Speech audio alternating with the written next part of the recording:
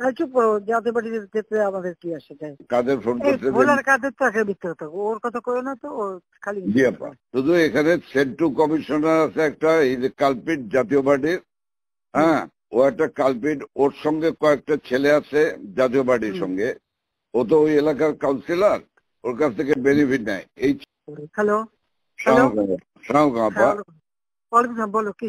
জি আপা, ওই আজকে কি ঢাকায় সব জায়গায় মিছিল ইসের সময় কারফিউ শিথিলের সময় মিছিল করার নির্দেশ দিচ্ছেন? না, মিছিল না, যদি ওরা নামে টামে আমাদেরও প্রেজেন্সটা থাকা দরকার ওইভাবে। জি, কিন্তু মিছিল কি করবে? না না না না না, মিছিল করবে না। তাহলে মহানগর থেকে নির্দেশ দিয়ে দিয়েছে সব ওয়ার্ডে সব জায়গায় মিছিল করার জন্য, তাহলে এটা বন্ধ করাই না? দাও দাও, ওদেরকে কে বলছে মিছিল করতে? ওদেরকে মহানগর থেকে বলছে। মহানগর কে বলছে? তো মহানগরে কেউ না কেউ বলছে তো। জি জি, সেটা একটু জিজ্ঞেস করো তো। জি, আমি জিজ্ঞাসা করছি, আমাকে মোহাম্মদপুর থেকে ফোন করলো, মোহাম্মদপুর আদাবর থেকে, যে আমাদের মিছিল করা অর্ডার করেছে। উত্তর থেকে কাদের ভোলার কাদের ফোন করছে? ভোলার কাদের তো একটা মিথ্যে কথা, ওর কথা কয়ে না তো, ওর খালি। জি আপা, জি আপা, ওটাই তাই না, ও সবসময় কিন্তু মিথ্যে কথা কয়। আপা তাহলে আমি একটু খবর নিয়ে আমি মির্জা আলমকে জিজ্ঞাসা করি। হ্যাঁ, মির্জা কে বলছে কি? যদি ইন্টেলিজেন্স বা এদের থেকে বলা হয়, করতে পারে যে আমাদের প্রেজেন্সটা থাকলে তখন ওরা নামতে সাহস পাবে না, এটা সাপোর্ট হবে। জি, এটা হতে পারে, বাট তাহলে তোমাকে একটু জিজ্ঞেস করে নিতে হবে। আমি ওদেরকে হেল্প করার জন্য হতে পারে, কিন্তু মির্জা আজমকে জিজ্ঞেস করে যে মির্জা আজমকে কে বলছে। জি, ওরা জিজ্ঞেস করে আমার জানাও। আমি জানছি। আর আপা ওই যে তালিকাটা তৈরি করতে বলছেন, একটা তালিকা তৈরি করছি, তা আমি রেডি হয়ে গেছে, আমি আপনাকে আজকে হ্যান্ড ওভার করবো, আপনি পিএমও থেকে ফেরার সময়, বুঝলে? হ্যাঁ ঠিক আছে। আর আপা একটা বিষয় একটু বলি, আমু ভাই 14 দলের মিটিং ডাকছে তার বাসায়, তো আমি যাব, আমাকে যেতে বলছে। যাবা? আচ্ছা যাও।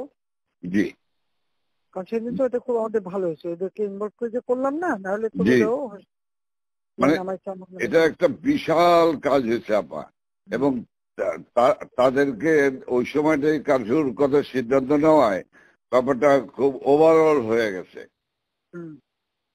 খুব ঐতিহাসিক ভালো কাজ হয়েছে।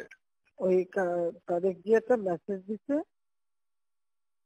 সবাইকে যে যার যা কিছু আছে সব তো বঙ্গবন্ধুর কথা এখন নকল করে। জি জি, সবাই জি, মানে আন্দোলন চালায় যাও, 2 দিন কন্টিনিউ করতে পারলে আর এই গভর্নমেন্ট থাকবে না। জি, হ্যাঁ, তো এটা সে সবাইকে বলছি। এখন তো তোমার, আমি একটা কথা বলি, তোমার এই যে বিহারির, তুমি আমাকে যেটা বলবো সত্যি কথা বলবো। জি, তোমার ওই মোহাম্মদপুরে যে বিহারি পড়ছিল, ওদের ভূমিকাটা কি? ওদের ভূমিকা ভালো আপা, শুধু এখানে সেন্টু কমিশনার আছে একটা, এই যে কালপিট জাতীয় পার্টির, হ্যাঁ, ও একটা কালপিট, ওর সঙ্গে কয়েকটা ছেলে আছে জাতীয় পার্টির সঙ্গে, ও তো ওই এলাকার কাউন্সিলর, ওর কাছ থেকে বেনিফিট নেয়। এই গুটি কয়েক ছেলে, ধরেন 15-20টা ছেলে, তারা সব আমাদের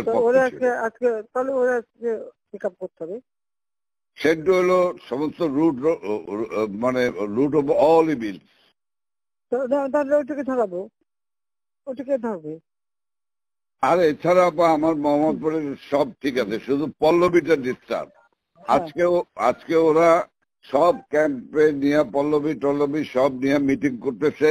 ওই নাসিম আলীর ছেলে হারুন, ও চলে আসছে রংপুর থেকে, ও চলে আসছে, ও মিটিং করতেছে আজকে, আইসা ও স্টেটমেন্ট করবে একটা। আমি বলছি তোমরা স্টেটমেন্ট করো, ওরা আজকে স্টেটমেন্ট করবে আপা। কিন্তু সেন্ট্রাল ধরলে তো আবার জাতীয় পার্টি চাপবে। চুপ করো, জাতীয় পার্টির ক্ষেত্রে আমাদের কি আসে যায়? আচ্ছা, বাহ, আমার জাতীয় পার্টিতে আর কত দরকার নেই পার্টির।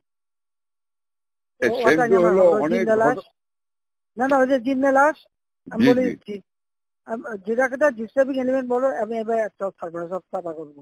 জি আপা, জি আপা, একদম এবার ছাইকা ফেলতে হবে আপা। আমি তো বলছি ওই যে কুইল বস্তিতে সবগুলি যে ওখানে ঠুসে ওখানে থাকে, তোমার এই বিহারি বস্তিতে থাকে। আবার কিছুই না, সব জায়গায় একটু সার্চ করো। জি আপা, সার্চ করা। জি আপা, ব্লক রেড করতে হবে, জরুরি অভিযান। সেটাই চলতেছে এখন, সেটা চলতেছে, কিন্তু সেই সাথে জি আপা বাঁচতে যেমন পিঙ্কি, বাবরে বাবা। আর আমি ওইটা খবর নিয়ে আজবের কাছে খবর নিয়ে আমি আপনাকে জানাচ্ছি। শব্দ ডিস্ট্রিক্টে নাই। হ্যাঁ, তুমি আমাকে ওইটা জানাও, ওইটা খুব দরকার। হ্যাঁ, জি আপা, আচ্ছা আচ্ছা, জি জি, আসসালামু আলাইকুম।